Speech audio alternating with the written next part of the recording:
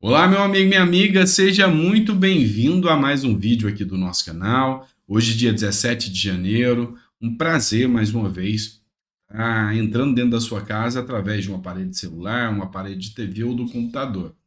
Uma honra saber que você me recebe na sua casa e eu já chego pedindo as bênçãos para você e para sua família. E hoje o nosso canal tá repleto de informação, você já está acompanhando e já está sabendo a forma que a gente traz as notícias, e a gente já chega com muitas coisas. Por exemplo, a gente já chega com matéria sobre o Gilmar Mendes, que está reverberando nas redes sociais, está causando aí uma polêmica muito grande sobre o que foi decidido pelo ministro Gilmar Mendes. E o intuito do nosso canal aqui é trazer essa matéria para você de forma independente, tá? Então, se você já está nos acompanhando, você está vendo que a gente está tentando primar pela isenção e pela amplitude na maneira de trazer a informação e de fazer a nossa análise jurídica e política para você. Eu quero que você entenda o que a mídia traz para você, porque nem sempre eles usam palavras fáceis, uma forma fácil de você entender. Eu quero quebrar esse paradigma trazendo dessa forma para você. E é por isso que eu peço a você que se inscreva no canal, tá? Bora lá, 1.200.000 seguidores. Mas bora voltar aqui ao Gilmar Mendes. O que o Gilmar Mendes fez? Ele mandou liberar 89 presas que estavam no regime semiaberto para poder abrir espaço para prender mulheres que estavam em Brasília e foram presas no domingo lá dos ataques aos prédios dos três poderes. E aqui, cada mídia traz de uma forma. E é por isso que eu quero colocar para você a dicotomia aqui das narrativas, ou da forma que isso é trazido até você. Tá? Gilmar Mendes manda soltar 85 presas para prender patriotas. 513 manifestantes estão presos no Distrito Federal. Essa matéria foi trazida pela Pleno News, um jornal mais à direita.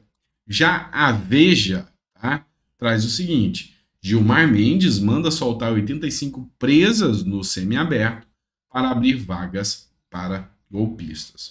Mas no resultado, tá? O resultado prático que você quer saber. As pessoas que foram presas lá em Brasília, tá? Algumas que participaram dos atos realmente invadiram e outras foram presas simplesmente por estar de frente ao QG do quartel-general. Foram levados para o presídio feminino. Ao todo, 513 mulheres encontram-se presas. E como estava faltando vaga, o ministro Gilmar Mendes mandou para que aquelas presas do regime semiaberto, que usam a tornozeleira, que iam trabalhar durante o dia e voltavam para dormir, não precisem mais voltar para dormir. Ou seja, agora vão ficar em regime fechado as patriotas ou golpistas, de acordo com a mídia que você lê. Mas o entendimento de como você encara essas pessoas é seu. Então, o fato é que realmente Gilmar Mendes mandou soltar, tá? O questionamento aqui: será que não poderia ter dado a tornezeleira para as mulheres? Você vê que ela não tinha periculosidade, nada disso, para as mulheres que estavam lá, principalmente aquelas que comprova-se que estavam no QG, mas que não participaram dos atos de invasão? Não poderia ter sido feita uma medida divergente? Isso aqui levantou acirradas discussões nas redes sociais. Mas ainda falando sobre o Supremo Tribunal Federal e trazendo de novo aqui o assunto sobre o Glenn Greenwald, tá? Que é um jornalista de esquerda, já foi considerado um dos melhores jornalistas, e ele está revoltado, porque ele está trazendo denúncias sobre a atuação do ministro Alexandre de Moraes. E ele fez mais uma postagem no Twitter hoje, tá? Um dos aspectos mais bizarros de como a esquerda brasileira está furiosa comigo pelo crime de questionar o grande e nobre juiz Alexandre de Moraes é que o New York Times, um dos jornais ainda com um pouco de influência, levantou duas vezes as mesmas objeções. Eu vou explicar para vocês. O The New York Times, tá, o jornal americano, fez essa postagem aqui, ó. Para defender a democracia no Brasil, o juiz da Suprema Corte pode ter ido longe demais. Tá? O que acontece? O Glenn Greenwald, que é de esquerda, ele corroborou com a manifestação do New York Times, falando que, peraí, Alexandre de Moraes está causando censura, mandando derrubar redes sociais, está fazendo tudo isso. E a esquerda não gostou nada, porque para a esquerda o Alexandre de Moraes está pintando como um herói, já se fala até em candidatura de Alexandre de Moraes para presidente da República, tá? A grande questão aqui é que a esquerda está vindo com ódio para cima do Glenn Greenwald, está atacando inclusive o marido dele que está na UTI. E ele está fazendo essas postagens para tentar alertar as pessoas, inclusive de esquerda, sobre esse risco de dar tantos poderes ao ministro Alexandre de Moraes. Inclusive, ele fala de um ponto forte aí. O Alexandre de Moraes, numa canetada, ele afastou o Ibanez. O próprio governador Zema já falou que isso é arbitrário, porque, e lógico, orientado por advogados, por juristas. Porque o Ibanez Rocha, que é o governador do Distrito Federal, foi afastado por 90 dias com base numa canetada, sem sequer um pedido, inclusive, da PGR. E Romeu Zema falou que isso é absurdo, tá? Por quê? Porque Romeu Zema teme que ele pode fazer isso com todo e qualquer governador. Mas, se ele pode fazer com todo e qualquer governador e Lula se cala para isso, será que o Alexandre de Moraes não pode dar uma canetada, tirando o Lula e colocando o Alckmin no poder? Ou seja, será que não é mais preciso impeachment? Será que há algumas prerrogativas aqui podem ser usurpadas? Mas não é só a esquerda que está falando isso, não. Quer dizer, uma pequenininha parte da esquerda que está falando isso. A direita está questionando, como sempre. A Adriana Ventura, que é do Partido Novo, postou isso aqui nas suas redes sociais. O legislativo está de joelhos para o judiciário, tá? E ela postou o seguinte: não há equilíbrio entre os poderes. As canetadas monocráticas estão valendo mais do que todo o processo legislativo de discussão do legislativo. Então, a Adriana Ventura mostra também a sua preocupação em relação aos poderes dados a Alexandre de Moraes. E ainda sobre esse assunto, existe uma figura-chave aqui, uma peça-chave que está preocupando demais essa pequena, mas muito pequena ala da esquerda, que já começa a se incomodar com os poderes de Alexandre de Moraes, e a grande ala da direita que incomoda com Alexandre de Moraes. E essa peça-chave se chama Rodrigo Pacheco. Quem é Rodrigo Pacheco? É o presidente do Senado. E a Constituição fala que só o presidente do Senado pode abrir um impeachment contra um dos ministros do Supremo Tribunal Federal.